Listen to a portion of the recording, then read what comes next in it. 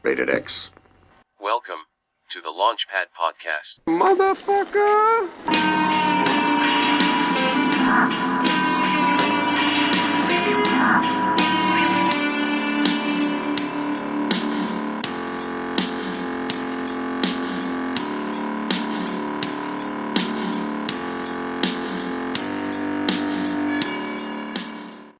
I'm Zach Long, and welcome to the Launchpad. Today, on this album review podcast, I am going to be talking about Marilyn Manson's newest album, We Are Chaos. I will say just up front, this is a very interesting listen. I've heard the whole album. I'm going to talk a little bit about the whole album. I'm going to try not to spoil it because I know it's not officially out yet. I'm just going to point out maybe a couple lyrics that stuck out here and there and just talk about some of the things that stuck out musically and how it compares to some of his previous work and just kind of have fun with it. So first up is track 1, Red, Black, and Blue.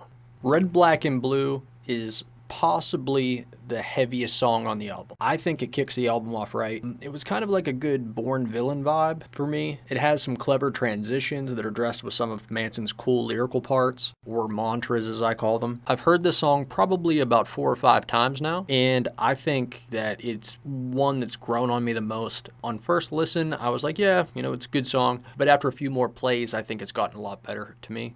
Track 2, We Are Chaos. This was the first single off the album. I don't exactly know why, but after factoring in all the sonic elements, I keep thinking back to a MC5, almost southern rock style, like a slow southern rock. It's probably the Shooter Jennings influence. It sounds like there's something, I think, with pop potential. I haven't really checked the charts since the song has been out, but I think it would probably do decent, given the fact that it's not that heavy. And I think some people love Marilyn Manson for his heavy stuff, and other people, that's why they stay away from him. So I think for people that normally stay away from the heavy stuff might possibly like the song, and it might turn some more people onto his music. Track 3, Don't Chase the Dead. The song reminds me a lot of Third Day of a 7-Day Binge off the Pale Emperor. The piano work on this track gives me a new wave, kind of Ashes to Ashes David Bowie feel, which I really haven't felt since the Mechanical Animals era, or at least when Pogo left the band. This gives me more of a classic rock energy than a metal track. I could just imagine Alice Cooper doing the song in another life. Track 4, Paint You With My Love. In my opinion, this song sounds like flat out goth country. I think that's kind of like the Waylon Jennings roots that Shooter tips his hat to on this album, and I think it definitely is the only song that I think sounds just straight up country. I mean, it still is kind of dark and moody like the others, but I think it's totally what some people might have expected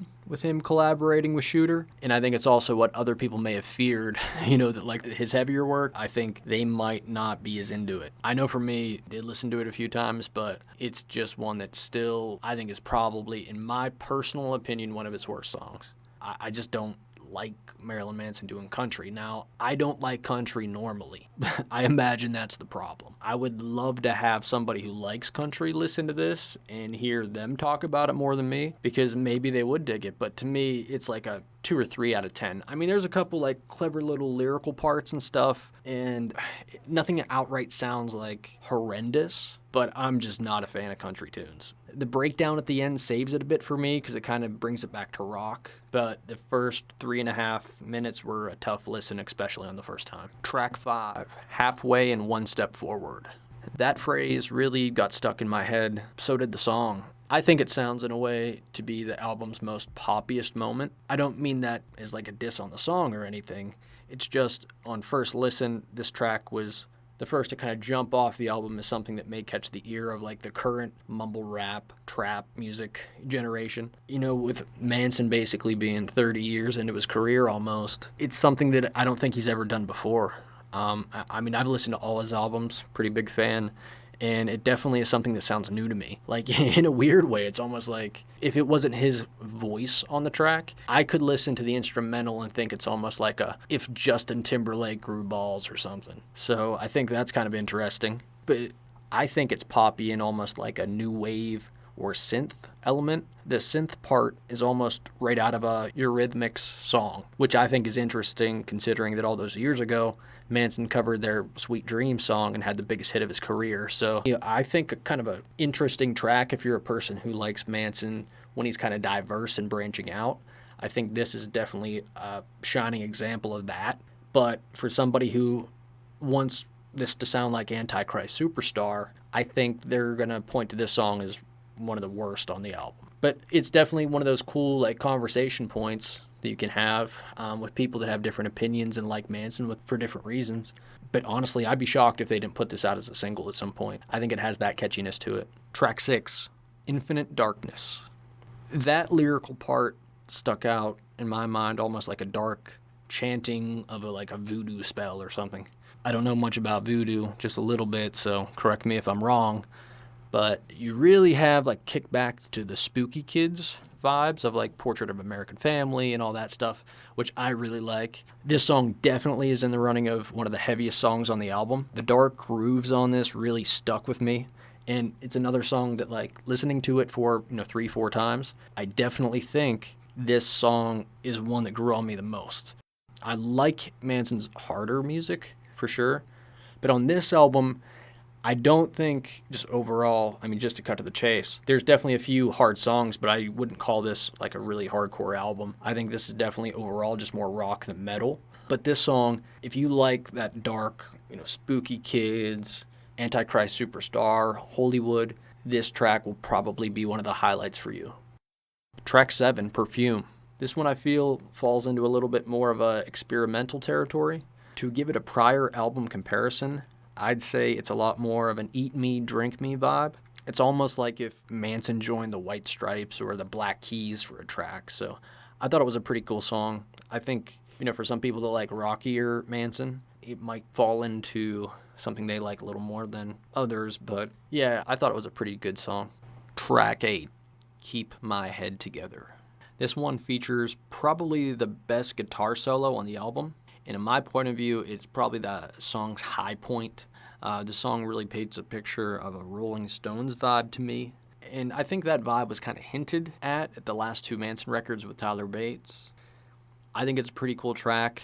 It definitely seemed to get better with a couple listens. So, and I can say that's most of the album. I think if you really want to know if you like it, you might have to give the whole album a couple listens to see if a few things stick that might have been kind of behind the scenes on the first listen, but it's definitely got better every time I've listened to it. Track 9, Solve Coagula. I think this is a definitive point in We Are Chaos, no doubt about it.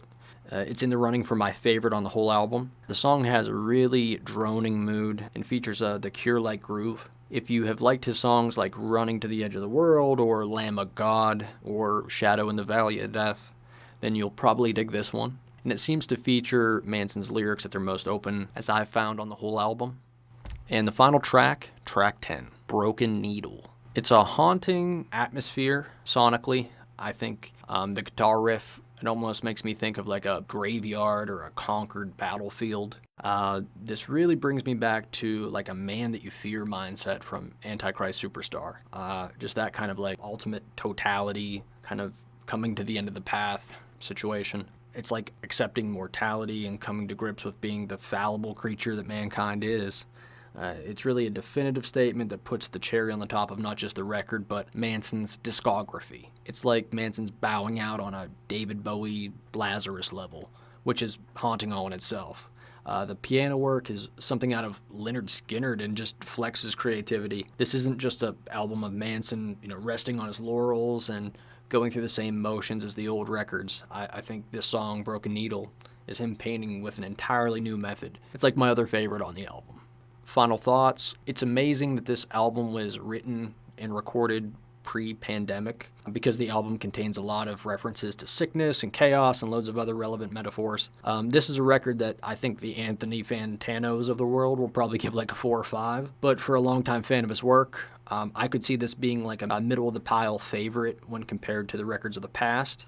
And as a Manson fan, that means a lot because I really like some of the other albums. This isn't necessarily going to rival Antichrist Superstar or Hollywood or Mechanical Animals for that matter, but it's fresh enough to keep us on board all the way through the ride, or at least it was to me. So it may not be for all Manson fans. I think like the Mechanical Animals, Born Villain fans will surely dig it, and it will really stick with the fans that love him best when he is being his unbridled self. Darkness, humor, and chaos all rolled into one.